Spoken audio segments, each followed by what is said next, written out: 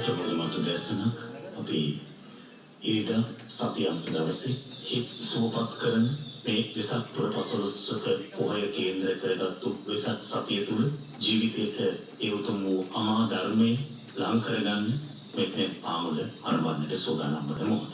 ගෞරව නමස්කාර පූර්වකව අදත් මෙත් පාමුල වෙනුවෙන් පිළිගනු ලබනවා ගම්පහ මිරිස්වත්ත ශ්‍රී සුදර්ශන ධර්මනිකේතන අධිපති ශාස්ත්‍රපති රාජකීය පඬිත පූජනීය කැටවල හේමාලෝක අපේ නායක හඳුනන ආසේව.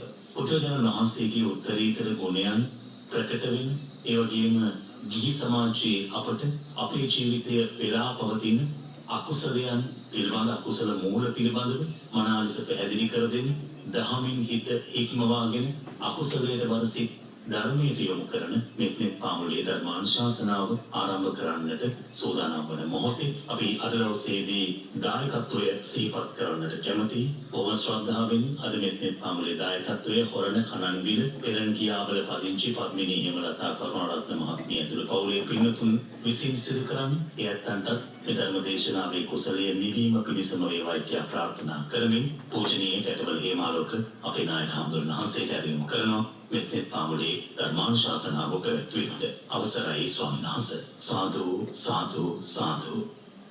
සම්බුදු කිරණින් තුන් ලෝ තලයේම ආලෝකමත් වන ප්‍රභාමත් වන මේ වෙසක් සමය තුල වඩාත් මනුලෝ තලයේ වෙත දිවස් හෙළන මහ පින්කම් දකිමින් අප්‍රමාණ සොම්නස ලබන ගුණබර පුණ්‍යකාමී සියලු දේවතාවුන් වහන්සේලාට අපි මෙත් පාමුල දිගහැරෙන සඳහම් රසය විඳින්නට ආරාධනා කරන මොහොත සියලු දෙනාගේ සිල් ගුණධම් පිරුණු හදමණෙහි අප්‍රමාණ ආධ්‍යාත්මික හැඟුමන් සියලු දේවතාවුන් වෙත දැනේවා.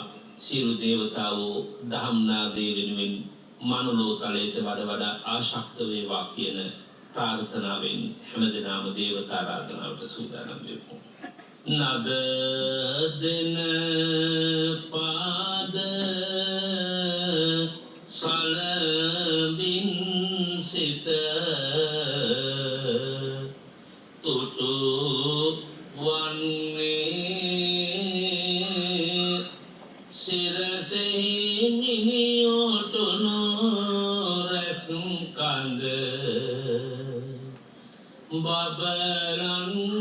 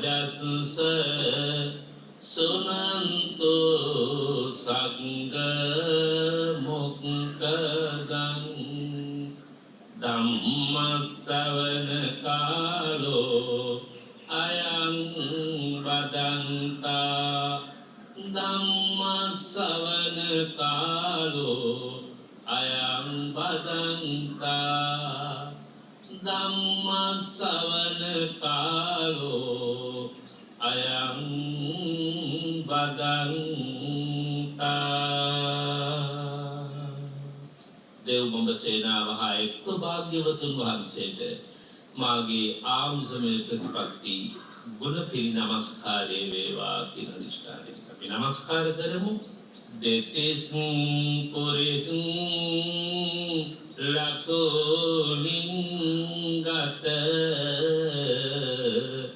දිදුලන්නේ අසුවනු වියංජන බබලන්නේ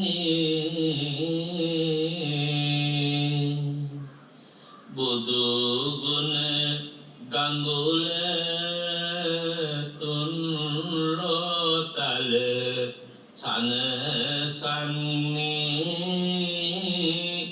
ඒ ගුණ කඳට දෙවේ පුදමින් නම දින්නේ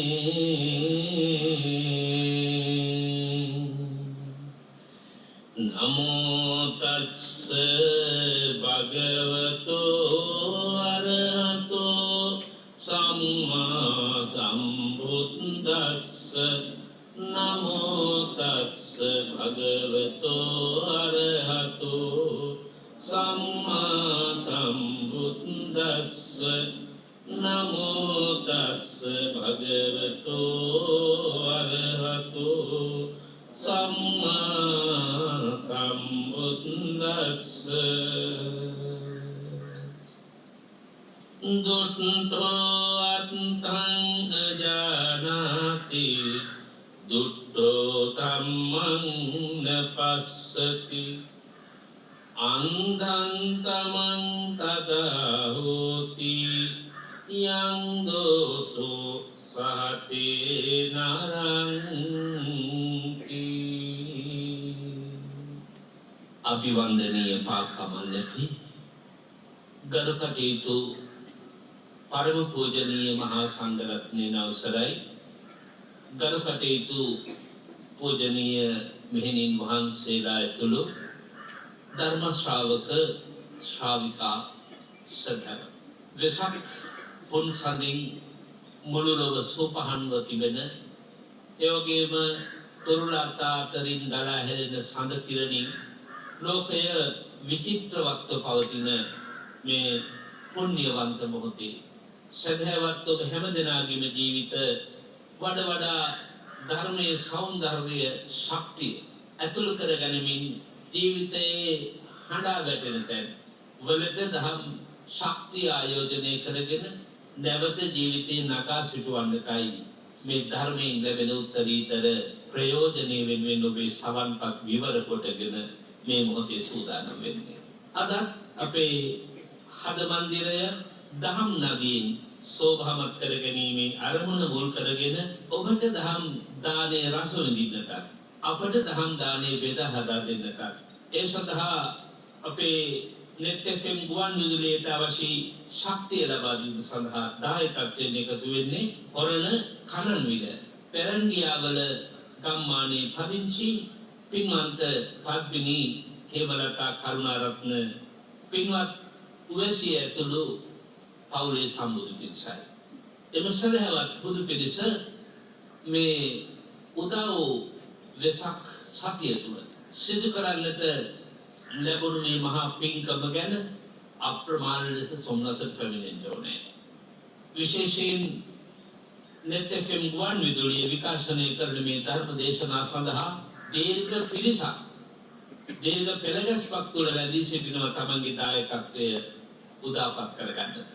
එවැනි පිරිසක් අතරින් අද දවසේ පින්නති ඔබට වාසනාව උදාපත් වුණා මේ ධර්ම දේශනාවේ දායකත්වයේ ධර්මින් අමතක නොවන මහා පින්කමක් පහත්ඵල මහානිසංසයෙන් දෙන මහා පින්කමක් මේ වෙසක් පුර පොහොය ආසන්නයේ සිට මධ්‍ය අවස්ථාවක පිහිටන වෙලාවේ මේ උතුම් පින්කමට දායකත්වයේ දාන වාසනාවන්ත පින්නතුනි මේ මිනිස් ලෝකයේ තුල අපේ ජීවිතේ ක්‍රියාත්මක කරගන්න අපට බහුල වශයෙන් ලැබෙන්නේ හිත සැනසෙන දේවල් නෙමෙයි. බහුල වශයෙන් ජීවිතේට ලැබෙන්නේ හිත වෙනසෙන දේවල්. හිතට පීඩා ගෙන දෙන දේවල්. එක් පැත්තකින් ඒ පීඩාවල් ජීවත් වෙන මිනිස් වර්ගයන් නිසා ලැබෙනවා.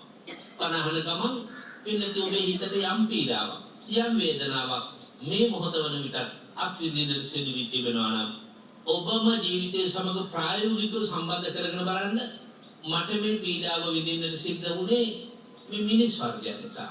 එතකොට සමහර කෙනෙකුට මේ පීඩාව විඳින්න සිදු වුණේ මේ භෞතික තමන්ගේම ශරීරය නිසා. ඒක හැදෙන වැළඳෙන විවිධ පෞද්ගලික රෝගාබාධ නිසා. ජරා ජීර්ණත්වයට පත් වෙච්ච නිසා.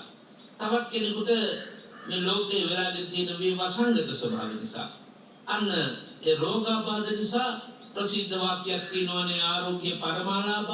ආරෝග්‍ය පරමාලාභේ නැති වෙච්ච තැන ඔබේ ජීවිතයේ සතුට ඉගිලී ගිහිල්ලා සතුටේ පරමන්දරන්නේ විශ්වාස අපරමාඥාති අදට වඩා හෙටට වඩා අනිද්දා මට වඩා සෝභාමත් ජීවිතයක් ගත කළ හැකිදෝ නොහැකිදෝයි කියා ඔබේ විශ්වාසය නම් වූ පරමඥාතිය ඔබෙන් සෑහෙන දුරට ඈත්ව ගිහින් නිබ්බානම් පරමං සුඛං නිවන නම් වූ පරම සුවය වෙනුවෙන් මා කටයුතු කරගන්නේ කොහොමද කියන මානසික පසුබෑම සමහර විට ඔබේ හිත වෙලාගෙන ඒක පැත්තක් අනිත් පැත්තෙන් සෝභාධමේ විවිධ සංසිද්ධීන් නිසා අපේ ජීවිතවලට විවිධ වූ පීඩා වේදනා එනවා සමහර විට අමාරුවෙන් හදාගත්ත ගේ පැල සුළුසුළුක් ඇවිල්ලා ගස්කොළන් වැටිලා වහලේ මතට වහලේ පිටික් සියල්ල දෙදරා ගිහින් ආයිත් නැවත ජීවිතේ මුල ඉඳලා පටන් ගන්න වෙලා සමහර වෙලාවට මිනිස්සුන්ගේ විවිධ කුරුල්කම් නිසා කෙරෙන ක්‍රියාකාරකම් වෙන්නේ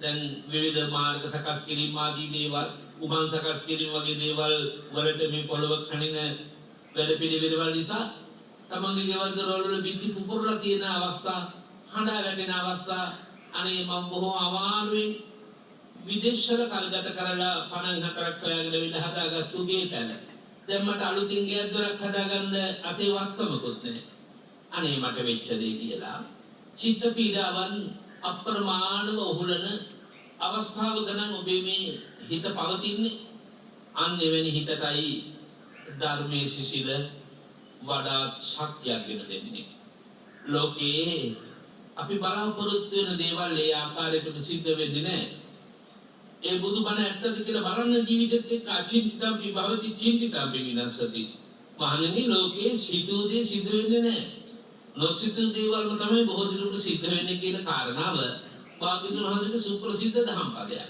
අන්න දැන් පින්නති ඔබට මට ආරාධනා කරන්න ඕන කරන්නේ ජීවිතයේ මේ පීඩාව තුළ ඔබ රැඳී පැටලී ලෞකික ජීවිතයේ ඔබට අපි හිතමු විසඳුමක් මේ නාතරම ලැබෙන්නේ නැහැ. පින්නත් ඔබ කීවාරේ ජීවිතේ කියලා දැනේ මට මරණකම්ම මේ වේදනාව උරුමද මට සැනසෙල්ලක් කොතනකවත් කාගෙන්වත්ම නැද්ද? එහෙම කියනවත් කොච්චරද? ඒකට ජීවිතය දුකින් වෙලී කියනවා නම් භාග්‍යවතුන් වහන්සේ දේශනා කරනවා බාහිර උපාය උපක්‍රම හරහා ලෞකික ජීවිතයේ දුකින් ජීවිතය අත්මුදව ගන්න පුළුවන් නම් ඒ සඳහා උපරිම වීර්යය වඩන්න. වැටිච්ච තැන නැවතුණු තැන නවතින්න නැතුව වැටිච්ච තැන වැටිලාම ඉන්නේ නැතුව ආපහු නැගිටින්න වීර්යය කරන්න. නැවතුණු තැන ඉඳලා ආපහු ආරම්භත නැවත ආරම්භ කරන්න. හොඳයි අපි හිතමු යම් කිසි කෙනෙකුට ජීවිතේ කොයියම්ම දෙයක් කළත් හරියන්නේ නැහැ නේ අපේ හම්බුනේ. මම පටන් ගත්ත වැඩි අසාර්ථකයි නේ ජීවිතය තුළ මම හැමදාම ජීවත් වෙන්නේ දුකෙන්. මම එක තැනකින් බැට කෑවා මම තව තැනකට ඇතුළු වුණා. එතනමුත් මම බැට කනවා.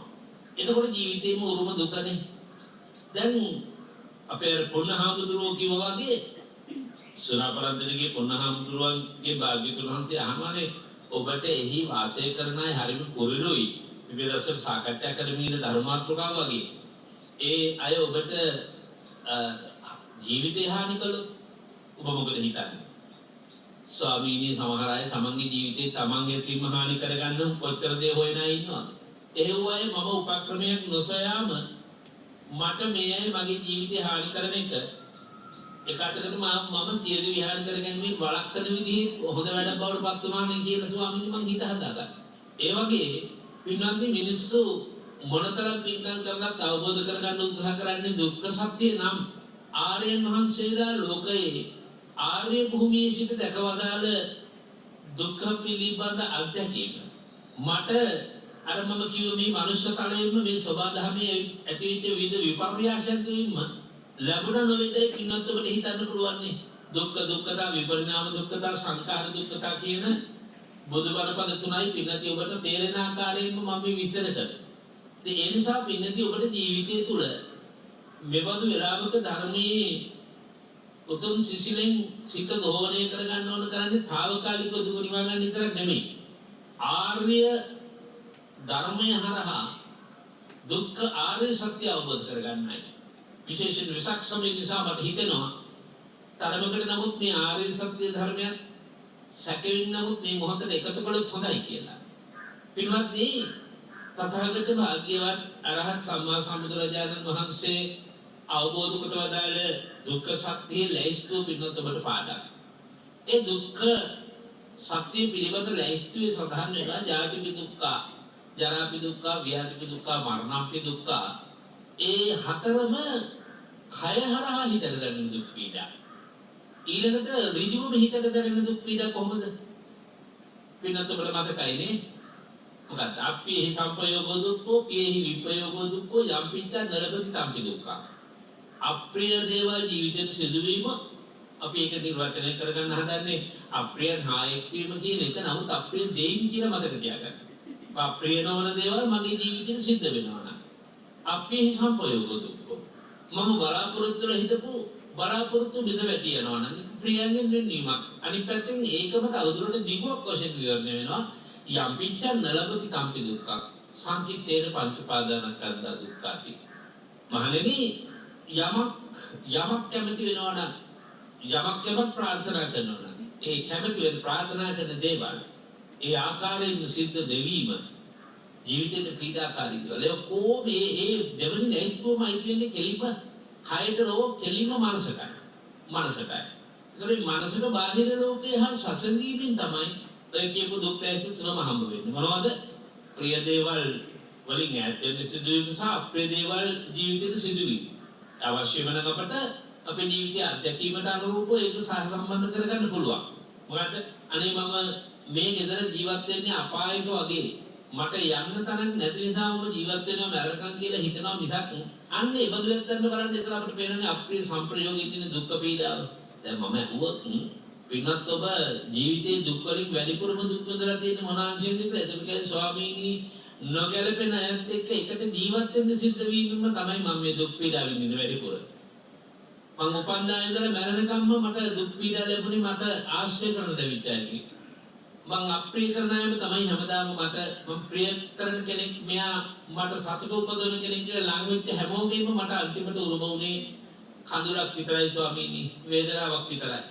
අන්න මගේ බලාපොරොත්තු සියල්ල බිඳ වැටුණු තැන ඇති වුණු බලපෑම ගැන වෙනත් ඔබට මම අහුවත දුක් ලැයිස්තු ඉදිරිපත් කරලා ලකුණු දාන්න කියලා. ජාති දුක්ඛ, ජරා දුක්ඛ, ව්‍යාධි දුක්ඛ, මරණ දුක්ඛ. මේ දුක පිළිබඳව ඔබට මේ අර රින්ගන්න පුළුවන් දුක අවබෝධ කර ගැනීම සඳහා ඔබට ධර්ම මාර්ගයේ පිවිසෙන්න පුළුවන් ක්‍රමවේදය කොතනද තියෙන කියලා හොයන්නයි මම මේ බුද්ධිය අවදි කරන්න හදන්නේ. බුද්ධිය කිව්වොත් මේ කරන්නේ අත්දැකීම අවදි කරනවා. අත්දැකීම අවදි කරලා ධර්මයේ ආලෝකය හරහා අත්දැකීමට ආර්ය ධර්මය අවබෝධ කර ගැනීම සඳහා අවශ්‍ය කරන මාර්ගෝපදේශකත්වය පෙන්නනවා. මේ වෙසක් සත්‍ය තුළ සැබවින්ම විය යුත්තේ ඒක. අපේ ජීවිතයත් එක්ක ගැළපීලාමයි මේ ධර්මය යන්න ඕන. නැත්නම් අපට නොයැටෙන ධර්ම අපේ ජීවිතේට වැඩිපුර ගැළපෙන්නේ නැති ධර්ම විතරක් දේශනා කළොත් ඒක මේ බුද්ධිමය සංවාදයක් වෙලා ධර්මයේ පිළිබඳව යම් පරිශීලනය කරන අය විතරක් ධර්මයේ විශේෂෝචර වෙනවා මිසක් එදිනෙදා අපේ ජීවිතේට ධර්මයේ විශේෂ වෙන්නේ නැහැ. එදිනෙදා ධර්මයේ විශේෂ නොවන ගාම්භීර ධර්මයක් අපට අහන්නට සැලසුනොත් ඒකින් අපිට තරම් ප්‍රයෝජනයක් වෙන්නේ නැහැ. සමහරවිට මතු සංසාරේ කවදා හරි මම මෙහෙම බණක් අහලා තියෙනව නේද කියලා ධර්මය අවබෝධ කරගන්න තරමට ගැඹුරු ධර්ම දකින්නට ඕන කරන තරමට බුද්ධිමය ශක්තිය ප්‍රබලයට පත්වන තියෙන වෙලාව. ඒකට කියන්නේ විනත ඔබ දන්නවද උද්ගතන්නේ කියලා. ගැඹුරු ධර්ම අවබෝධ කරගන්න අවස්ථාව දක්වා පිනමරුක අයටයි පින්නත් උද්ගතන්නේ කියලා කියන්නේ. මේ සමාජයේ වැඩිපුර ජීවත් වෙන්නේ මම හිතන්නේ විපචිතාන්නේ අධ්‍යාත්මික එක්ක සහසම්බන්ධ කර ධර්මය අවබෝධ කරගන්න දක්ෂය තමයි වැඩිපුර ඉන්නේ. ඒ නිසා මනස හා සම්බන්ධ කරුණු තුන ගැන මම ඔබට විවරණය කළේ. ඒ තුල කිව්වේ ඔබට ජීවිතේ වැඩිපුර අත්දැකීම් තියෙන්නේ අප්‍රිය මිනිසුත් එක්ක ජීවත් වෙලා නම්. පින්නත් ඔබ හිතන්න අප්‍රිය එක්ක ජීවත් වෙන එක දුකක්යි කියලා භාග්‍යවතුන් වහන්සේ වදාළ දුක්ඛ සත්‍ය සත්‍යක්මයි. ඔබට මේ මුළු දුකම අවබෝධ කරගන්න ඕනේ. හැම ශේෂ්ත්‍රයකම අත්දැකීම් ඔබට තියෙන්න ඕනේ. මට තියෙන්නේ යමක් පිළිබඳව ප්‍රායෝගික ජීවිතයේ අත්දැකීම් අද එතනින් මම දුක්ඛ සත්‍ය අවබෝධ කරමින් ධම්මාලෝකේ කරා ගමන් කරනවා. ඒකද එහෙම වුණොත් තමයි මේ ශාසනය ආර්ය උතුමන්ගෙන් හිස් නොවෙන්නේ පින්වත්. අද එන්නේ ආර්යයන් වහන්සේලාගෙන් මේ ලෝකෙ හිස්සලා තියෙන්නේ මිනිසුන් දුක් නැති නිසා. අන් කවරදාටත් වඩා මේ ලෝකේ මේ යුගයේ දුක් සහිත තත්ත්වයන් හැමදෙනාටම අත්දකින්න සිද්ධ වෙලා තියෙනවා. ඉතින් ඇයි මේ මාර්ගඵලලාභී අඩු වෙන්නේ කියන කාරණාව මේක බොහොම ගැඹුරට පෘතුලට තර්ක විතර්කානුසාරව ඉදිරිපත් කරන අවස්ථාවල් ගත්තොත් එහෙම පින්වත්නි මෙන්න මේ අභිධර්මයේ දැනගන්න ඕනේ මෙන්න මේ සියලු ධර්මයන් අවබෝධ කරගන්න ඕනේ. ඉතින් එහෙම අවබෝධ කරගන්න අය දැන් අඩුයි. ඒ නිසා යත් නිවන් දකින්න ඒ ඔක්කොම දේවල් අර මම කිව්ව ඉහළ බුද්ධි ඵලයක ඉන්න අයට විශේෂ වෙන ධර්ම කාරණා. අපිට ඕන කරන්නේ මේ දිනදා ජීවිතේ. මේ ජීවිතේ ඔබ හිතනවා නම් මට උපනුපන් ජාතිවත් උපතක් නැවත එපා කියලා. ඉපදිච්ච නිසා තමයි මට මෙන්න මේ අප්‍රියයන් එක්ක ජීවත් වෙමින් මම මේ ජීවිත පීඩාව විඳින්නේ කියලා. හිතලා බලන්න. ජීවිතේට ආරක්ෂාවක් හොයාගෙන ගිය ඔබ ආරක්ෂාව හොයාගෙන ගියේ කෙනාගෙන් මනම් ඔබට පීඩා වේදනා ලැබිලා තියෙන්නේ. අපි හිතමු ඔබ විවාහයක් කරගත්තා. එක්කෝ මේ සහවාසයට ස්වාමි දිනක එකතු කරගත්තා ස්වාමියෙක් එකතු කරගත්තා. අන්තිමට ඔබට උහුලන්න බැරි තරම් දුක් විඳින පීඩාවල් ඇති වුණේ ඉපදුනේ ඒ විවාහ ජීවිතේ නිසාම නම්. ඊළඟට අපි දෙන්නදේ මහන්නෝ විතරක් ජීවත් වෙලා ඇති ඵලය මොකද්ද? අපට දරුවෙක් ඉන්නවා නම් තමයි අපට පිහිටක් තියෙන සැනසෙල්ලක් තියෙන කියලා හිතමු තැනින්ම නම් පින්නති ඔබට අද වෙනකොට දරුවන්ගෙන්ම නම් ජීවිත පීඩා ඇවිල්ලා තියෙන්නේ. ජීවිත අසහනයෙන් සිද්ධ වෙලා තියෙන්නේ. පැතුම් ප්‍රාර්ථනා සියල්ල මිලින වෙලා බිඳ වැටිලා ඔබ පීඩා වේදනා විඳින්නේ දරුවන් නිසා නම්. දැන් ඔබට ඒක ආර්ය සත්‍ය ධර්මය අවබෝධ කරගෙන නිවන් දකින්න ප්‍රමාණවත් නැද්ද? උපනුපන් ජාතිත් ආයේ මට මේ වගේ යුග දිවියක් ආරම්භ වෙලා අපි දෙන්නට මේ වගේ දරුවෝ ලැබෙන්න එපා කියලා. දැන් මේක පින්නත් අත්දැකීම ලැබෙන තුරු තේරෙන්නේ නැහැ. දරුවන් නැති අය හිතනවා දරුවන් ඇති අය අපිට වඩා සන්තෝෂයෙන් ඉන්නවා කියලා. දරුවන් ඇති අය හිතනවා දරුවන් නොලැබුණා නම් ඇත්තටම. කතාවටත් කියන්නේ අර හැරමිටියක් හැදුවා නම් අන්ධකාරයේ ගමන් කරන්න මට ඒක උපකාරයක් වෙයි. ගැඹුරු දියෙන් ඉබඩ වෙන්න මට උපකාරයක් වෙයි. මේ වගේ දරුවෝ හැදුවට වඩා හොඳයි කොළඹ කැටයක් හදාගත්තා නම් මට මේකවට ඉඳ ගන්න පුළුවන් වෙයි. ඔය විදිහට කියන අවස්ථා කොච්චරද? ඒ නිසා බලන්න පීඩා දැනෙන්නම සැනසීම හොයපු තැනින් නම් ඒ අත්දැකීම ඔබේ ජීවිතේට මේ වෙනකොට ලැබිලා තියෙනවා. ඒ ප්‍රමාණවත් භාග්‍යවතුන් වහන්සේ දුක් ක්ලේශයෙන් වෙන්න මේ දුක් තීරුව දේශනා කළේ මම වෙන්නේ. මේ ඒ දුක් තීරුවේ එක එක කොටස් තමයි එදා මාර්ගඵල රූපය අවබෝධ කරගන්න තිබුණේ. සමහර කෙනෙක් තමන්ගේ කායයට වැළඳෙන විවිධ රෝග බාධා නිසා. තව සමහර කෙනෙක් අර මම ඔබට සිහිපත් කළා වගේ ප්‍රේයන්ගෙන් විදින්න සිද්ධ වෙච්ච වේදනාවන් නිසා පුද්ගලයන් වශයෙන්. වගේම අර මම කිව්ව අනපේක්ෂිත ලෙස තමන් ඊටාම සන්තෝෂයෙන් බොහොමත්ම දුක් විඳලා හදාගෙන සන්තෝෂෙන් ජීවත් වෙන්න ප්‍රාර්ථනා කරන දේවල් තමන්ට අහිමි වීම නිසා. යම් යම් පීඩා දේව විඳිනවා නම් අන්න භාග්‍යවතුන් වහන්සේ අර අපේ දුක් ක්ලේශයේ යම් තැනක් තියෙනවා අපට ගෝචර වෙන්නා වූ ඒ නිසා තමයි පින්වත් නැත්නම් නිකම්ම පංච උපාදානස්කන්ධ දුක්ඛ කියන්න තිබුණා. එතෙන්දී අන්න ඉස්සෙල්ලා භාග්‍යවතුන් වහන්සේ ක්‍රමානුකූල පිළිවෙලකින් එකිනෙකාට මෙතනින් බැරි වුණොත් ඊළඟ තැනින් ධර්මය අවබෝධ කරගන්න පුළුවන්. මේ අත්දැකීම නැති එක්කනට ඊළඟ අත්දැකීම ලැබෙනවා. ඔය විදිහට මේ දුක් ක්ලේශ වර්ගීකරණය කරලා තියන්නේ ඇයි? අද මේ වෙසක් පුර පසළොස්වක පොහොය දවසක භාග්‍යවතුන් වහන්සේ අවබෝධ කළේ මොකද්ද? බුදුණයි කියලා කියන්නේ මොකක්ද? එහෙනම් චතුරාර්ය සත්‍ය ධර්මය අවබෝධ කිරීමනේ. ඒතර භාග්‍යවතුන් වහන්සේ බලන්න මේවා දේශනා කළේ නිකන් නෙමෙයි. උන්වහන්සේ ඔබ මගින් ඇහුවකින් අපි හඳුනේ භාග්‍යවතුන් වහන්සේට එහෙමනම් ආර්ය ධර්මය අවබෝධ කරගන්න මොකද උපකාර වුනේ? උන්වහන්සේට ප්‍රායෝගික ජීවිතයේදී කිසි අගහිරියක් ජාති දුක දරක් දුක ව්‍යාධි දුක මරණ දුක මොකොත්ම නොතිබිච්ච යුගයක බුදුබව පතාගෙන බෝසත්ත්වයන් වහන්සේලාට විශ්වය විසින් නිර්මිත කර දෙන්නා වූ ශක්‍ර දෙවිඳුන් විසින් නිර්මාණය කර දෙන්නා වූ ධර්ම බලය තුලින් පහළවන්නා වූ අරමුණු වශයෙන් තමයි පින්වත්නි මහල්ලේ ප්‍රෙදෙක් මඩවිනියක් පැවිදිරුවක් කියන මේ නිමිති වලින් තුනක් දුක පිළිබඳ අවබෝධය ලබා ගැනීම සඳහා කගේම රාහුල කුමාරයාගේ උපතින් තවදුරටත් ජාති දුක පිළිබඳ අවබෝධයේ පරිණතතර ළඟීම සඳහා පැවිද්දාගේ සංකේතය තුලින් ඒ දුකට පිළියම් දීමේ ක්‍රමෝපාය සොයා ගැනීම සඳහා උන්වහන්සේ සිත මෙහෙවනු ලැබුවේ බාහිර වශයෙන් ලෝකයේ තියෙන සංසිද්ධි පිළිබඳ උන්වහන්සේට අවබෝධයක් ලැබෙච්ච නිසා. එතකොට උන්වහන්සේ මනුෂ්‍ය වර්ගය ගැන කල්පනා කළා මොන තාත්තද තමන්ගේ දරුවන් කෙරෙහි ප්‍රියභාවයක් ඇති කරගන්නේ නැත්තේ. යශෝදරා වැනි මහා ගුණවන්ත ප්‍රතිභක්තියෙන් අප්‍රමාණව පිරිච්ච කාන්තාරත්නයක් පිළිබඳ සෙනෙහස නැත්තේ ප්‍රියභාවය නැත්තේ කොයි ස්වාමියාටද? උන්වහන්සේ උවමනාවෙන් ඒ ප්‍රිය වස්තුන් නිවත් කළා. ඒ ප්‍රිය වස්තුන්ගෙන් අත්මිදී අභිනික්මන් කරන්න පුළුවන් වුණා. අන භාග්‍යවතුන් වහන්සේ ලබාගත් පළවෙනි අත්දැකීම.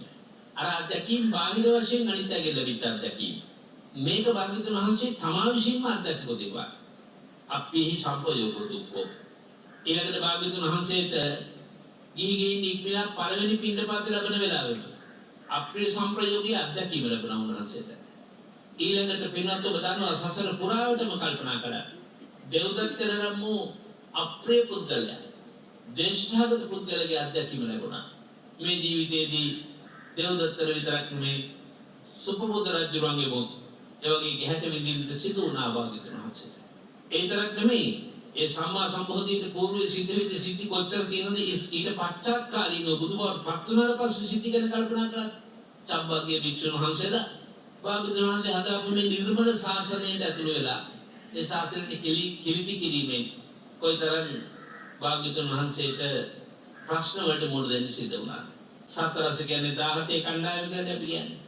දැන් යම් තැනක යම් ගමක යම් රටක යම් ස්ථානයක යම් පීඩාකාරී තත්ත්වයක තියෙනවා නම් ඒක පුද්ගලයන් දෙන්නෙක් නිසා නෙමෙයි. ඒක අහිතකර තත්ත්වයක් සහිත අධ්‍යාත්මයක් දැන් පුද්ගලයන්ට වට වෙන පිරිසක් ඉන්නවා. එයා ගොනු කරගන්න පිරිසක් ඉන්නවා. හදාගන්න කණ්ඩායමක් ඉන්නවා. අනේ හදාගන්න කණ්ඩායම නිසා අන්න ස්ථානයක වේවා, ගෙදරක වේවා, ගමක වේවා, රටක වේවා විනාශය ඇති වෙනවා. ඒවා පිළිබඳව විවරණය කරන්න ගියොත් පැය ගාණක් කරුණු කියන්න තරම් මේ රට පිළිබඳව අත්දැකීම් තියෙනවා. ඉතින් පින්වත් ඔබට මට වඩා අත්දැකීම් රාශියක් තියෙන නිසා අපේ හඳුරන්නේ ඒක නම් සාතිකයක්යි කියලා පින්වත් ඔබට හිතනවා නම් බණ අහන ගමන් ඒක හරි වටිනවා. පින්වත්නි ඒ නිසා භාග්‍යවතුන් වහන්සේ සියල්ලම කායික මානසික දුක් වශයෙන් ගෝචර වන ධර්ම විග්‍රහ කරන අන්තිමට සංකිට්ඨේන පංච උපාදානස්කන්ධ දුක්ඛ අනරව කොම ජීවිතේක බාහිරින් අත්දකින්න ලැබෙන දේවල්. නමුත් පංච උපාදානස්කන්ධ දුක්ඛ පංච උපාදානස්කන්ධ දුක්ඛ කියන එක පින්වත්නි ලේසි එකක් නෙමෙයි. ඒක කෙලින්ම බුද්ධිපලයේ උපරිමයට පැමිණිච්ච කෙනෙකුටම පහළ වෙන භාවනා ධර්මයේ හරහාම ලෝකයේ තියෙන මේ විපරිණාම ස්වභාවයේ සූක්ෂම අවස්ථාව නොහොත් උදයබ්බේ අවස්ථාව. එහෙම නැත්නම් භංගාණු අවස්ථාව. ඒකට කියන භංගානුපස්සනා ඥානෙ, අපි ඒකට කියන උදයබ්බ්‍යානුපස්සනා ඥානෙ. ඔය හරහා තේරුම් ගන්න තියෙන එක මේ පංච උපාදානස්කන්ධය කියන එක. පංච උපාදානස්කන්ධ දුක කියන එක පින්වත්නි අර මම කියපු කායික අධ්‍යක්ෂින් මානසික අධ්‍යක්ෂින් සියල්ල තුලින් අපට ලැබෙන අවබෝධය ලැබුණාට පස්සේ පංච උපාදානස්කන්ධය අවබෝධ කරගන්න එක බොහොම පහසුයි. පංච උපාදානස්කන්ධ දුක්ඛය කියන එක පින්වත්නි අතිශයින්ම ගැඹුරු එකක්. එතන බොහෝ දෙනෙක් පටලවා ගත්ත, වරදවා ගත්ත, අවුල් කරගත්තු තැනක් වශයෙන් මට පෙනෙනවා. දැන් එතන බොහෝ දෙනෙක් මේ පංච උපාදානස්කන්ධය කිව්වම රූපස්කන්ධේ ශරීරයට සම්බන්ධ කරනවා. රූපස්කන්ධය කියන්නේ ශරීරයට ශරීරය උපාදාන කිරීමක් නෙවෙයි පින්වත්නි. රූපයන්ෙන් භාග්‍යවතුන් වහන්සේ එතන අදහස් කරනවා අපේ සියලු ඉන්ද්‍රයන්ට බාහිර වන්නා වූ බාහිරින් එන්නා වූ සියලු අරමුණු රූප වශයෙන්. එතකොට ඇසට රූපනේ රූප රූප. එතකොට කනට ශබ්දනේ. එතකොට ඒක කියන්නේ ශබ්ද රූප. නහසයට ගන්ධනේ. එතකොට ඒක කියන්නේ ගන්ධ රූප. දිවට රසයනේ. එතකොට කියන්නේ රස රූප. කයට ස්පර්ශනේ, පොට්ටබ්බේනේ. එතකොට ඒ කියන්නේ ස්පර්ශ රූප. එතකොට සීතට ආරම්භන ධර්මයන්නේ. ඒකට කියන්නේ ධම්ම රූප. එතකොට අර රූප රූප, ශබ්ද රූප, ගන්ධ රූප, රස රූප, පොට්ටබ්බ රූප හරහා සිතට ඇතුළු වෙන යම්කිසි ආරම්භන ධර්ම කොටසක් තියෙනවද දැඩිවල්ලා ගන්න. ඒ දැඩිවල්ලා ගන්නා වූ උපාදාන ධර්මයන්ි දැඩිවල්ලා ගන්නවා කියන්නේ. ඒතකොට යම්කිසි ශබ්ද රූපයක් යමෙක් විසින් දැඩිවල්ලා ගන්නවා. ඒ ශබ්දේ මට නැතුව බෑ කියලා හිතනවා. විහිළු ශබ්දයක් නම් එහෙමනේ පින්නත් නැවත නැවත ඒ කරා හඹා යනවා. අන්න එතකොට තමයි උපාදානෙ ගොඩ නැගෙන්නේ. ඉතින් අපි ගැඹුරු වචනයකින් නැතුවත් කළොත් පමණක් අපිට තේරුම් ගන්න පුළුවන් ඒකට කියමු තණ්හරාගය කියලා. රසවද්දේ කෙරෙහි නැවත නැවත ඇලී යාම තණ්හරාගය. කැමැත්තෙන් ගැනීමනේ. එතකොට ද්වේෂය ගත්තත් එහෙමයි. යම් කිසි ශබ්දයක් පින්වත් ඔබට පීඩාකාරී වුණා නම් ඒ පීඩාකාර වූ ශබ්දය මනසා දැමීම සඳහා හිතේ ඇති නිරන්තර ගැටීම. එහෙම නැත්නම් ඔබේ හිතේ ඔබට එරෙහිව ඔබට නිඳා කරමින්, අපවාද කරමින්, අපහාස කරමින් බැනවැදුණු අවස්ථාවක් තියෙනවා නම් ඔබේ හිතේ නැවත නැවතත් ඒක ඉස්පත් වෙලා තියෙනවා නම් අන්න ඒක ඡන්ද ද්වේෂය කියලා කියනවා. වගේ ඡන්ද රාගය කියලා කියනට වඩා වටින වචන තමයි ඡන්ද ද්වේෂය. එතකොට අන්න බලන්න එතකොට රූප උපාදානස්කන්ධය හැදෙන හැටි. එතකොට රූප උපාදානස්කන්ධය කියන්නේ මේ ශරීරය පිළිබඳ තද අල්ලා ගැනීම නොවේ. අපි මේක තේරුම් ගන්න ඕනේ. එතකොට ඒ හරහා ඇතිවෙච්ච රස දේවල් හරහා ඇතිවෙච්ච යම්කිසි සෞන්දර්යාත්මක සිතුවිල්ලක් ඇද්ද? පින්වත් මේ සිතුවිල්ල වේදනා උපාදානස්කන්ධය. යම් කිසි දුක්ඛදායක සිතුවිල්ලක් වේදනාවක් ඇද්ද?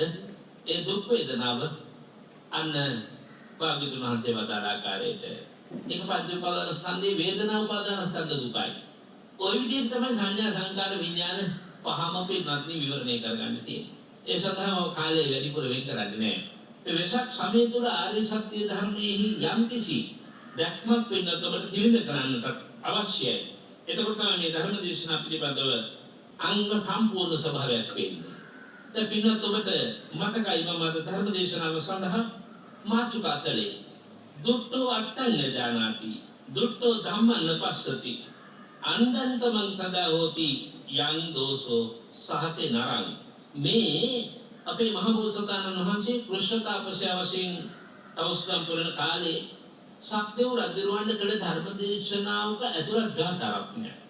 පින්නත් ඔබට මම කල්පනා කළා අද ඉදකට ලැබෙන ආකාරයට අපි කතා කරන ව්‍යාපාද නීවරණේ ලෞකික පැත්ත අවසන් කරන්න ලැබුණොත් හොඳයි කියලා.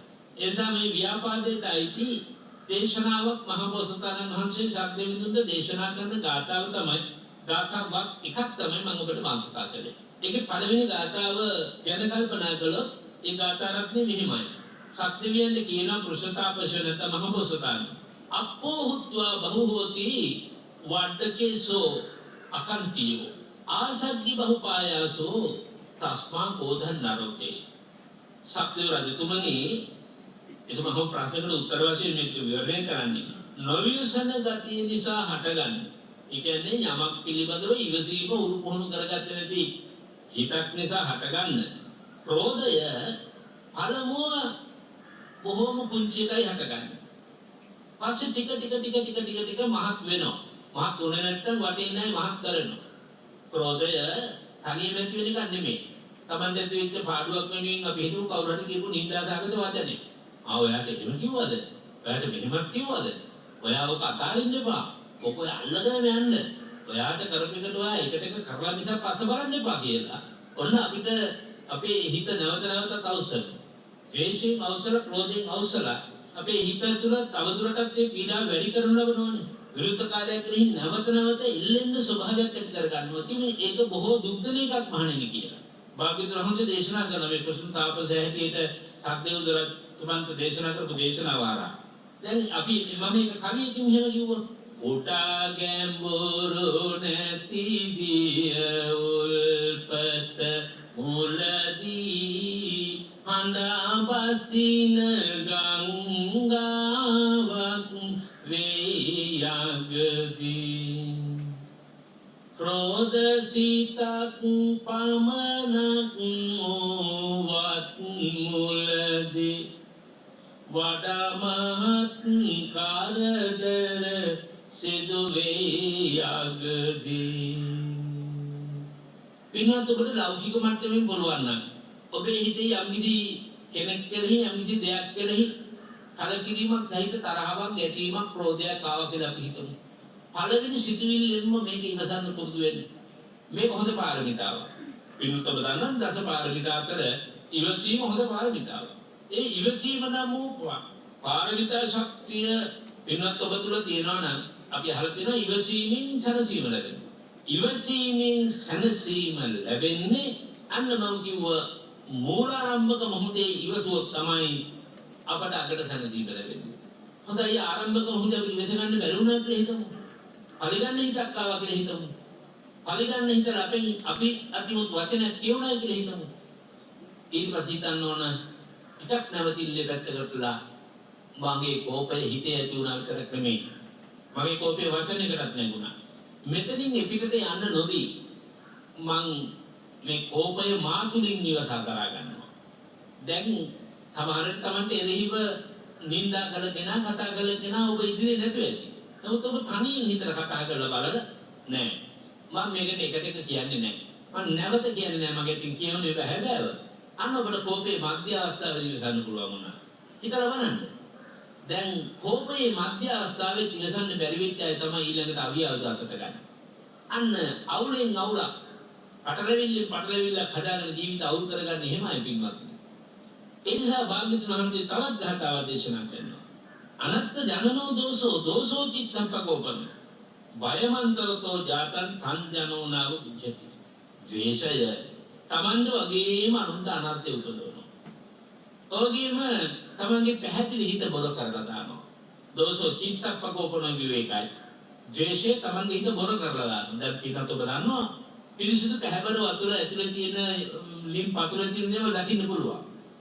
බොර වුණත් කිසිවක් දකින්න බෑ. නැත් කතාවට කියන්නේ බොරදී මාළු බානවා කියන්නේ. ඒ නිසා සිතක් බොර වුණත් ඒ තත්ත්වය හරි භයානකයි පිටට. භාග්‍යවතුන් වහන්සේ ඊළඟ දේශනා කරනවා භය මන්තරතෝ ජාත. නිතරම ද්වේෂයෙන් ජීවත් වෙන මිනිහා ජීවත් වෙන්න බයයි. තමා තුළ හට ගන්න බයක් ඒක. අට මගේ විරුද්ධකාරයා කොයිතරම් මොනවා කියයි? කොයිතරම් හමුනොත් මොනවා කරයිද? ඔන්න නිරතුරු බයෙන් ජීවත් වෙන මේ ද්වේෂය කොච්චර භයානකද කියලා පින්නතෝ බලන්න. මේ බව තංජනෝනාව බුද්ධති මෝඩයට තේරෙන්නේ නැහැ කියනවා. අන්නේ ද්වේෂය යම් හිතක, ක්‍රෝධය යම් හිතක, ව්‍යාපාදය යම් හිතක නැති වෙන්නේ ආ මෝඩේ බව තමම තේරුම් ගන්න ඕන. මේක භාග්‍යවතුන් වහන්සේගේ දේශනාවක්. ඊළඟට කියනවා කිපුණු තරත්තාද ආත්මාර්ථ පරාර්ථ දෙකම දැනෙන්නේ. පින්වත් මේක ඇත්ත නෙමෙයිද? දැන් බලන්න අපි නම් වශයෙන් කිව්වම එක ක්‍රෝධය, එක කෝපය, එක ව්‍යාපාදී ඉස්මතු නාම තමන්ටයි අනුන්ටයි විපතක් කිරීමනේ මිනිස් සමාජයේ පෙරමිලා තියෙන්නේ. අපි මේ ලෞකික පැත්තමනේ කතා කරන්නේ ව්‍යාපාදේ. එතකොට සමහර වෙලාවට ගෙදර තාත්තට මත්තතොල් ටිකක් තොලගා ගත්තාම එහෙම නැත්නම් තමන් ඕන කරන විදිහට ස්වාමි දිනිය දරුවෝ නොහිටින විට එහෙම නැත්නම් තමන්ගේ පෞද්ගලික මානසික දුර්වලතා නිසා නිතරම කෝප වෙන්න පුළුවන්. සුළු දෙයක් කේන්ති යන්න පුළුවන්. සුළු දෙයක කේන්ති යන මිනිස්සයා ගෙදර බඩමුට්ටු පොළවේ ගහනවා. ටීවී එක පොළවේ ගහනවා. ඒකේම දොරජනෙල් ඔබ කඩලා බින්දලා සුළු කරලා දානවා. ඒකවල බලන්න ආපහු ආරයක් අවදාහරි දවසක. තමන්ටම නේද ආපහු ජීවිතේ දුක් විඳ හොයාගත්ත සල්ලි වලින් හොදා කියාගත්ත දේවල් වෙන කෙනෙක් විසින් විනාශ කරන්නේ තමන්ම කේන්ති විනාශ කළා. කාගේ දේවල්ද තමන්ගේ දේවල්. ඒ වගේම සමහර වෙලාවට ඒ කෝපේ ඉවසන් දරා ගන්න බැරි වුණාම අතට අහුණු දෙයින් විරුද්ධට පහර දෙනවා. අතට අහුණු ආයුධයෙන් සමහරට පහර දෙනවා. ඒකෙම අමුදරුවෝ මරණයටපත් වෙන අවස්ථා අපිට කොච්චර සමාජයෙන් පේනවද කියලා. දවස පුරාම ප්‍රවෘත්ති දිහා බැලුවොත් දවසකට මේ දවස්වල නම් මේ කොරෝනා වසංගතය නිසා මුගක් වෙලාවට ඒ වගේ උදුරු පෙන්වන අඩුයි. නමුත් ඒ වගේ උදුරු නැතුව නෙවෙයි. දැන් මම අහන මානසික ආතතිය නිසා මිනිස්සු වෙනසල ගෙවල් වලට හිර වැඩෙන නිසා මිනිස්සුන්ට දේශතායික ඉස්මතු වෙලා නොයික ආකාර උදුරු සම්බාධ කරදර පෞල් ජීවිත අතරත ඇති වෙන බව අපිට කණින් කොණින් විවිධ ප්‍රවෘත්ති වලින් ඇහෙනවා. සමහර වෙලාවට මේ දේශීය පින්වත්නි පුද්ගලොත් එක්ක රණ්ඩු වෙන්න බැරි වුණා. පහුගිය දවස්වල මට ආරංචි වුණා අපේ හාමුදුරනේ අපේ බලලා බැම්ම උඩ ඇවිදිනවා.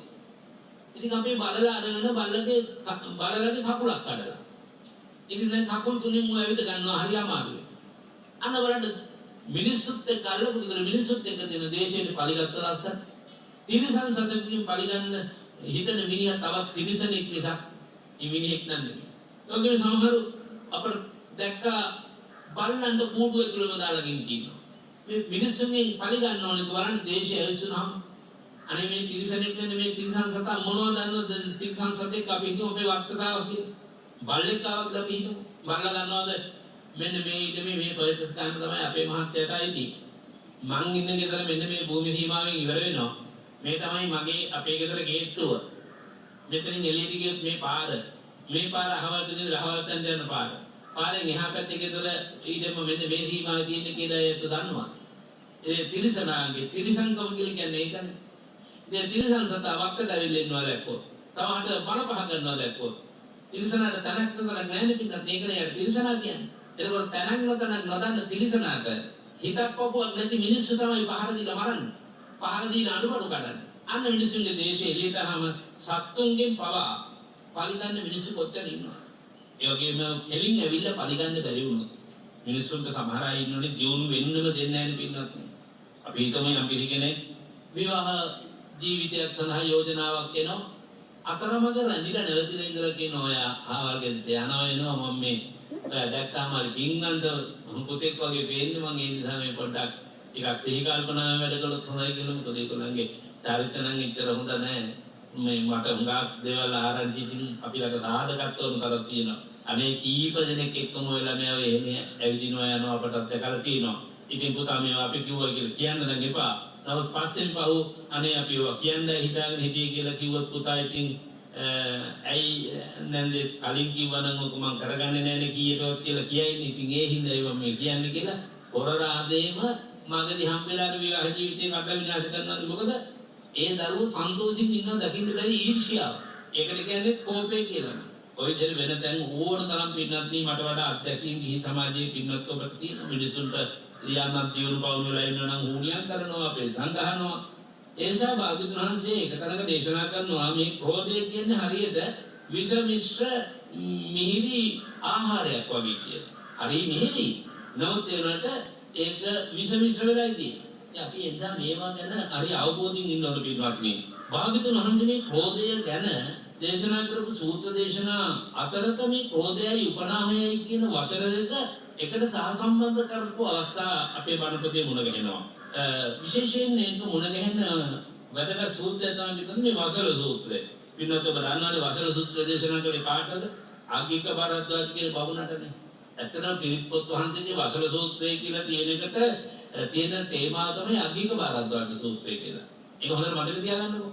වසල සූත්‍රය නෙමෙයි ඒකට කියන්නේ අග්ගික භාරද්වාජ සූත්‍රය. අග්ගික භාරද්වාජ කියන බමුණා තමන්ගේ ගේ ඇසල හෝම ගින්න දන්නවලා දැන් හෝම පූජාවක් කරන්න දෙවියන් වහන්සේට ධාන්‍ය ආදී දේවල් සත්තු ආදී දේවල් දාලා කරන පූජාවනේ පින්නත් යාග හෝම කියලා පින්නත් ඔබ දන්නවනේ. ඒ පූජාව කරන වෙලාවේ භාග්‍යවතුන් වහන්සේ දා උදෑසන දකිනවා මේකට යම්කිසි ධර්මයක් අවබෝධ කිරීමේ ශක්තිය තියෙනවා. මේ මිත්‍යාව නිසා තමයි මෙයා ඒ මිත්‍යා පිළිගැනීමේ දෘෂ්ටියට හසු වෙලා ඉන්නේ තමයි මේ වගේ පුද පූජා වලට පෙරමිලා අන්තයට පීඩාකාරී වෙනන් සත්ව වර්ගයට පීඩාකාරී වෙන පූජාවක් කරන්නේ නිසා මෙයාට පිට වෙන්න ඕන කියලා භාග්‍යවතුන් වහන්සේ වඩිනවා.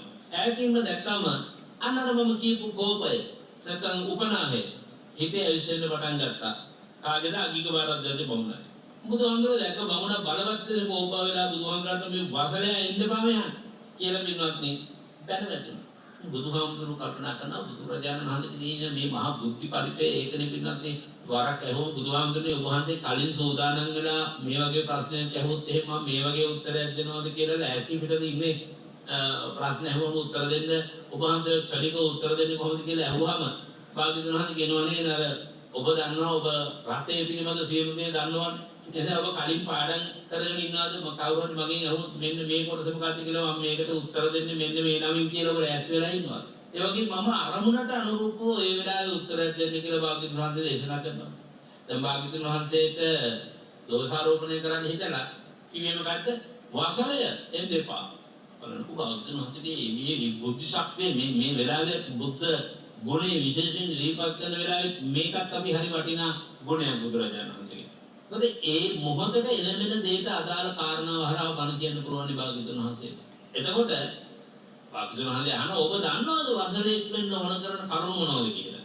අනේ ස්වාමීනි මම නම් දන්නේ නැහැ එහෙනම් අහගෙන ඉන්නේ කියලා භාග්‍යවතුන් වහන්සේ දේශනා කරන වසල සූත්‍රයේ පළවෙනිම ගාථාව තමයි පිළිබඳ මේ කෝදනෝපනාහීච පාපමක්ඛීච යෝ නරෝ විපන්න දිට්ඨි මායාවී තංජඤ්ඤා වසලෝ ඉති මොකද මේ දේශනාවේ තේරුම යම් මිනිහෙක් කිපීම ජීවිතේ කොටගෙන ඉන්නවාද නැත්නම් ජීවිතේ නිතර කිපෙනවාද කිපීම ජීවිතේ කොටගෙන ඉන්නවාද ජීවිතේ තුර නිතර කිපීමෙන් ඉන්නවාද මම දන්න සමහර අය ඉන්නවා උදේ ඇඳෙන් නැගිටින්නේ කේන්තියේ අරමුණක් ඕනේ නැහැ යාට කේන්ති ගන්න. එයා ඉන්නේ නිතරම කුරුටු වෙච්ච, ක්‍රෝධ වෙච්ච, රත් වෙච්ච, රතු වෙච්ච ඇස් දෙකේ. කවුරුත් උදේ මොනර මොනිච්ච වෙනවා නම් ගසරහක බලගන්නේ. කිසි වරදක් කරලා නෙමෙයි.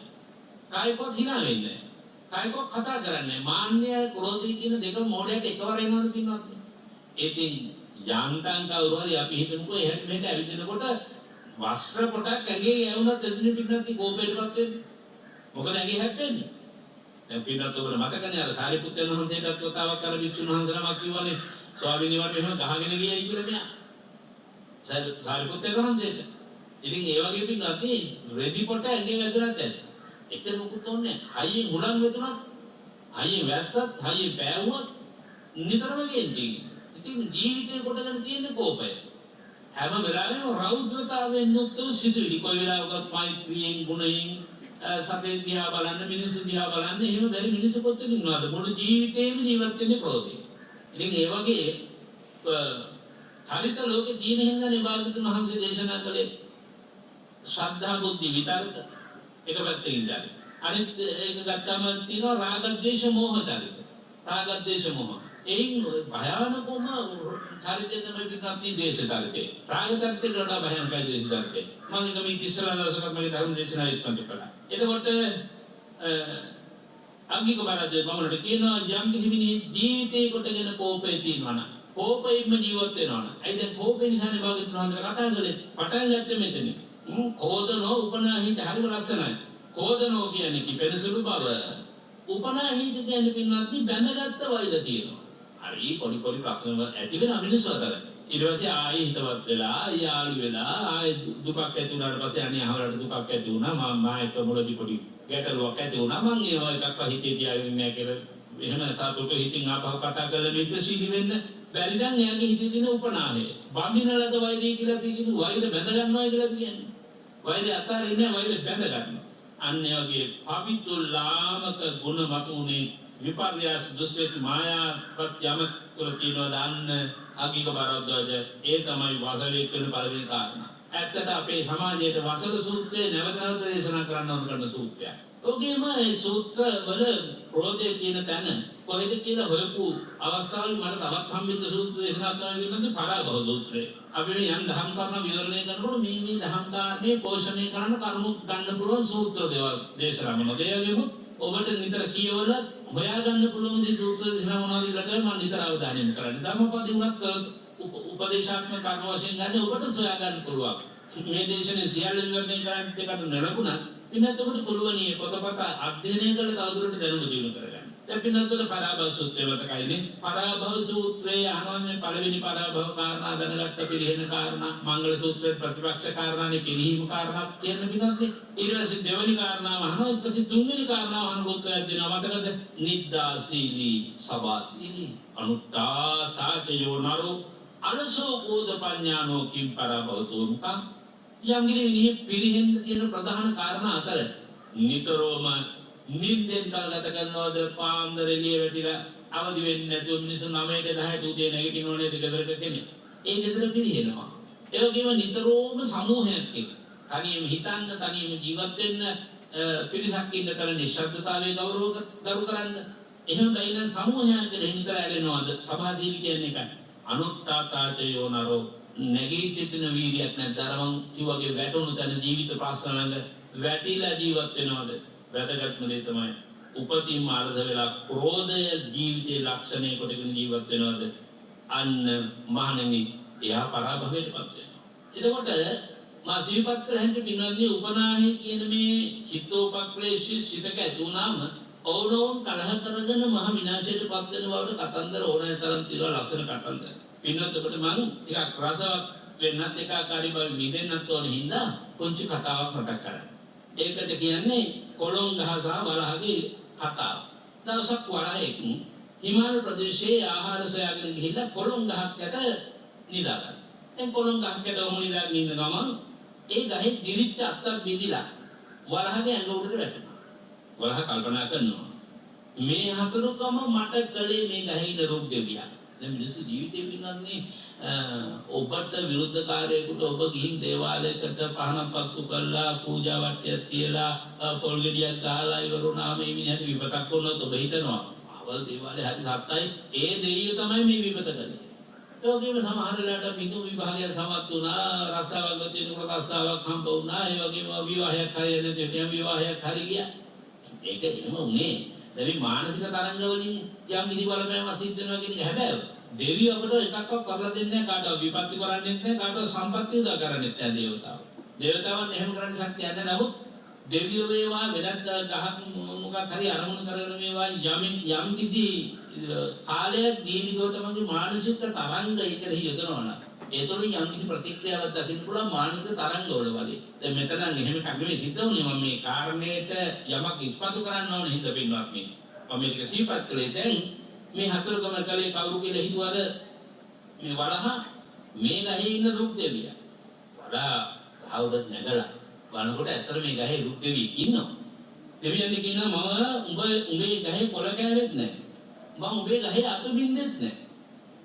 උඹ මට මෙහෙම කළාට මම උඹේ පලි ගන්නවා. අන්න වලහට ද්වේෂය තුණා. වලහ කල්පනා කරලා කොහොමද පලි ගන්නේ? වලහ රැස්මක් හැදුවා. දැන් Tamande යමක් කරගන්න බැරි නම් පින්වත්නි කෙලින්ම එරෙහිව තමගේ විරුද්ධකාරයට පාඩමක් උගන්වන්න බැරි නම් අනිත් අයගේ සහාය හොයන එක සාමාන්‍ය තත්ත්වයේ මිනිස්සුගේ ස්වභාවයනේ. දැන් Tamande යම් කිසියක් අහිමි වුණාම ඒක අවහවලා අහිමි කළේ මෙයා අහිමි කළා අරයක් හින්දා තමයි මට මේක උනේ මෙයා හින්දා තමයි මට මේක උනේ කියලා තමන්ගේ අඩපාඩුව පැත්තක තියෙද්දි අනුන් ඒකට ආදේශ කරගෙන බලලා පරිගන්න හදන මිනිස්සු ඉන්නවානේ. මේ වලහ කල්පනා කරන කොහොමද පරිගන්නේ? හරි. මිනිස්සු වෙනවනේ කැලේට ගස් කපන්න. උන් බලන් හිටිය මිනිස්සු ගස් කපන්න කැලේට එනකම්. දැන් මිනිස්සු වෙනවා කැලේට ගස් කපන්න. ඔයගොල්ලෝ මිනිස්සු හම්බෙලා අහනවා මේ ඔයගොල්ලෝ මොකද ගස් කපන්නවද? මොකටද ගස්? ගස් කපන්නේ ගෙවල් හදන්නද වහලෙතර මොකටද? නෑ අපි මේ කරත්ත හදනෝනේ කරත් රෝද වලට ගන්නවා. කරත් රෝද වලට ගන්න නම් හොඳම ගහ තමයි කොළොන් ගහ. දැන් අනාර කොළොන් ගහ කපන්නේ මේ ප්ලෑන් එක දැන් හදන්නේ. කවුද වලහ? එහෙමද? ඒකට කොළොන් ගහ ළඟට එක්කන් ගිහිල්ලා ගහ පෙන්නලා කියනවා මේ ගහ කපන්න. මේක හරි ෂෝක්. ඔන්න දැන් මිනිස්සු ගහ කපන්න සූදානම් වෙනවා. රුක්දේවි දැන් මේක ගහ මුල මග පෙන්නලා වලහ ගියා. මිනිස්සු දැන් ගහ කපන්න සූදානම් රුක්දේවි අහනවා. ඔයගොල්ලෝ ගහ කපනවද? ඔක මගේ විමානේ. ඒකට නම් කමක් නැහැ. කවුද ඔයගොල්ලන්ට මේ ගහ කපන්න කිව්වේ? එතකොට කිව්වා වලහෙක් තමයි කිව්වේ මේ ගහ කරත්තරෝද වලට හරි හොඳයි කියලා. අපොයි එහෙනම් හරි වලහ කියලා තින්නේ ඇත්තක්ම තමයි. හැබැයි මටත් ඒකට පොඩි කැලක් එකතු කරලා දෙන්න පුළුවන් ඔයගොල්ලන්ට. ඔය කරත්තරෝදේ ශක්තිමත් වෙන්නේ කරත්තරෝදේ හොඳට රෙදි පාටද හිටින්නේ මේ ලීයෙන් හදන රෝදයට වලස්සන් වලින් පිටතින් හම්බැම්මක් ඇතුළු කරනවා. එතකොට ඒ ලීයේ පිටතට දරාදි වලට රෝදෙට වලස්සන් ටිකක් ඇතුළු කරලා වලස්සමින් ඒක වැහුවොත් ආවරණය කරොත් වඩා හොඳ පෙනුමක් එනවා. ඒක වැඩි ගන්නකට විකුණ ගන්න පුළුවන්. එතකොට අහනවා ඉතින් කොහොමද දැන් වලස්සන් හොයාගන්නේ කොහෙන්ද? මං කියන්නේ දෙන බැලක්. දැන් ඔයාලට පාර පෙන්වනවා නේද වලහේ? ඒ වලහ දැන් බලාගෙන ඇතිනේ කොතනද හරි? ඔයගොල්ලෝ ආපහු යන්න. ගිහින් වලහට කියන්න මේ ගහ කපා ගන්න උපදේශයකුත් ඕන ඔබතුමාගේ. උපදේශයක් දෙන්නකෝ කියලා උපදේශයක් කිල්ලන්න. එතකොට එයා ළඟට ඇවිල්ලා උපදේශය දෙනකොටම යාව අල්ලලා මරා ගන්න. මරලා මස් ටික විකුණන්න, ඒ වගේම ආහාරයට ගන්න, හැම රෝද වලට ගන්න. ඇත්තටම මේ විදිහට මර මිනිස්සු කිව්වා. අනුන්ට කපන්න හදපු වලේ Tamanda වැටෙන අවස්ථා තියෙනවා. දැන් රෝදයෙන් පලි ගන්න අනුන්ගෙන් පලි ගන්නවා කියලා හිතලා ඒ පලි ගැනීම Tamange පැත්තටම ආපු අය ජීවිතේ කොච්චර ඉන්නවද? ඒ නිසා බලන්න දැන් මේ වෛරේනවා කියලාගෙන කියන්නේ.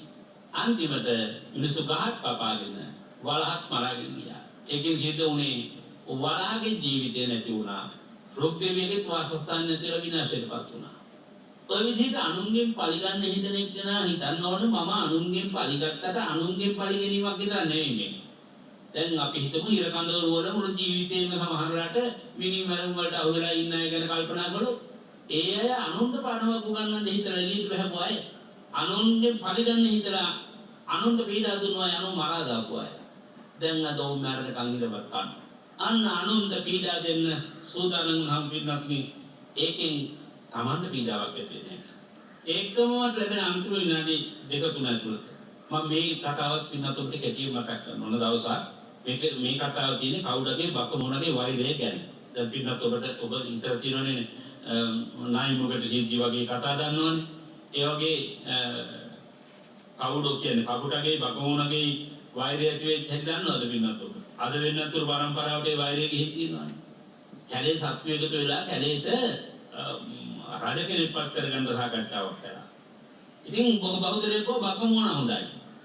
ඉතින් දැන් ඉන්නවනේ කින්නත් දැන් මොන බලන්න මේ හිතන්න ළඟේ ඡන්දේ නෝනේ. ඉතින් සමහරු බක මොන හොඳයි කියලා කියනවා. ඉතින් සමහරු ඒ වුණාට බක මොනට විරුද්ධයි ස්වතහන්සය වගේ මිනිස්සු ඉන්නවා. ඒ කියන්නේ මේ රූපෙමුත් එහෙම තමයි.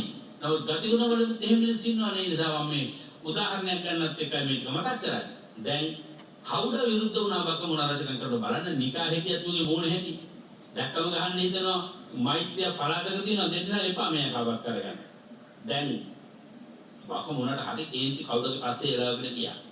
දැන් පලි ගන්න කම් මෙලෙව්වා. දැන් රාජ සභාව ප්‍රසිද්ධ සතු කල්පනා කරන දැන් මේක ගියානේ. දැන් ඊළඟට කවුද රජකමටවත් කරගන්නේ. ඊළඟ රජකමට පත් කරගන්න හොඳයි ස්වර්ණහන්තය කියලා ස්වර්ණහන්තය රජකමට පත් කරගන්න. දැන් එදා ඉඳලා අද දක්වාම පින්වත් ඔබ දන්නවා දවල්ට බකමූණට ඇස් පෙන්නේ නැtei කියනවා. රැයට කවුඩට ඇස් පෙන්නේ නැtei කියනවනේ. එතකොට දවල්ට කවුඩට බකමූණ වෙන්නන්න බෑ. බකමූණට කවුඩ වෙන්නන්න බෑ රැයට. ඉතින් අද දක්වා ওই වෛරය ආවයි කියන්නේ කොහොම පටන් ගත්ත කතා බෝධකින් කියනවනේ.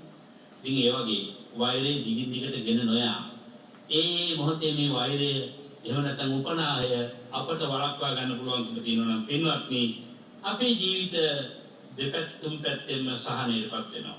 මම හිතන්නේ අපේ ජීවිතවල ආලෝකය උදාපත් කර ගැනීම සඳහා අර මං කියව වසලෙක් නොවේ පරාභව සූත්‍රයෙන් පිළිහෙන පුද්ගලෙක් නොවේ රෝධේ ජීවිතින් ඉවත් කරගත්තොත් බොහෝ ප්‍රතිලාභ ලබන්න පුළුවන් කියන කාරණාව සහතික කරමින් අද ව්‍යාපාදයේ පිළිපද දේශනාවේ අවසන් කොටස සටහන් කරන්නටයි පින්වත් ඔබට මම කල්පනා කළේ. ඊළඟ දවසට කතා කරන්නේ තීන මිද්දේ පටන් ඉතිරි නීවරණ ධර්ම වලින් ජීවිතයට ඇති වෙන පරිහානිය සම්බන්ධවයි. පින්වත් ඔබට අද මේ ධර්ම දේශනාව සඳහා දායකත්වයෙන් සම්බන්ධ වුණේ කොරණ කනන්විල පෙරන්ගියාවල පදිංචි පින්වත් පද්මිනී හේමලතා කරුණාරත්න මහත්මිය තුළු පවුලේ සම්බුදු පිරිසියාම ආරම්භයේදී සිහිපත් කළ දසක් මහේ ධර්ම දේශනාවක එබඳු දායකත්වයක් දැරීමෙන් ලබාගත් උත්තුංග මහත් කුසල සම්පත්තිය අනන්තානුභාවයෙන් සදහවත් බුදු පිළිස ප්‍රාර්ථනා කරනවා කොරණ කනන්විල පදිංචි සිටි කේ.පී. කරුණාරත්න මහත්මයා භාවයට පත් වෙලා මේ මාස 21 වන දිනට අවුරුදු 6ක් සම්පූර්ණ වෙනවා. එතුමාට පින් අනුමෝදන් කරමින් ස්වාමි භක්තිය ප්‍රතිභක්තිය ප්‍රකට කරමින් පිතෘ ගුණය ප්‍රකට කරමින් සහෝදර ගුණය ප්‍රකට කරමින් ධාරක ගුණය ප්‍රකට කරමින් එතුමාට පින් පෙත් අනුමෝදන් කරවන මෛත්‍රී ප්‍රාර්ථනාව ඇතුවයි අද මේ ධර්ම දේශනාවේ දායකත්වයේ දරන්නේ. ඔබගේ භාවයට පත් වුණු ටී අබේසිංහ පින්වත් මෑණියන් ඇන්ටිගි සිංහ ආදරණීය පියා ඇසිරින් නෝනා ජයතුංග මාතාව ඒ.පී. හෙන්ඩ්‍රික් සිංහෝ පියා පත්මිනී මැණිකේ කිච්චරලියනගේ කරුණාරත්න සිංහ බලාගොඩ සහෝදර සහෝදරයන් ඇතුළු දෙපාර්ශ්වයේගේ සියලු දෙනාට පින් පෙත් ලබා දීම මේ උදාර පින්කමේ අරමුණු අතරට එකතු වෙනවා ප්‍රාප්ති ධර්මයේ පින්කම් අතරට එකතු වෙනවා ඒ කියපු අරමුණු ටික ඔයගෙන් සුජීවත් පින්නතුලා අතර දෙපාර්ශ්වයේ සියලු සහෝදර සහෝදරයන් දූදරුවන් නිකුණෝගේ සෝය ප්‍රාර්ථනා කරමින් දේශකයන් වහන්සේ හැටියට මට සියලු මහා සංඝරත්නයත් මෙහෙණින් වහන්සේලාට සෙත් පතමින් net fm ගුවන්විදුලි ආයතනයේ සිදු කරන මහත් මෙහෙවරට මේ පුණ්‍ය ශක්තිය බලගතු ආශිර්වාදයක් වේවා. ලෝපාලක සියලු දේවතාවෝ දුමේ අනුමෝදන් වෙමින් මගේ සම්මුත සංග්‍රහීවා යන ප්‍රාර්ථනාවෙන් හැමදෙනාම සාදුරාදය පවත්වලා ඉන්දෙමු. ආකාශට්ටාච බුම්මට්ටා දේවා නාග මහිත්‍තිකා පුඤ්ඤන්තං අනුමෝදිත්වා චිරං රක්ඛන්තු සම්මා සම්බුද්ධ ශාසනං චිරං රක්ඛන්තු සම්මා සද්ධම්ම දේශනං චිරං රක්ඛන්තු සම්මා සම්බුද්ධ ශාවකන්ති.